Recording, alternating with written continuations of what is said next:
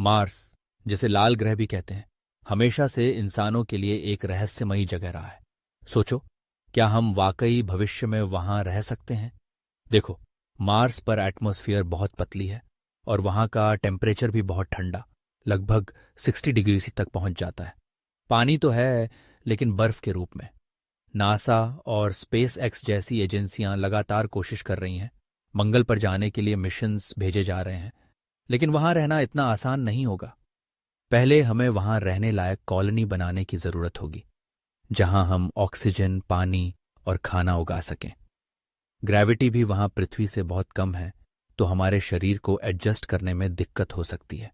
और सबसे बड़ी बात, रेडिएशन का खतरा, क्योंकि मार्स की एटमॉस्फेयर हमें सूरज की हानिकारक किरणों से नहीं बचा पाएगी।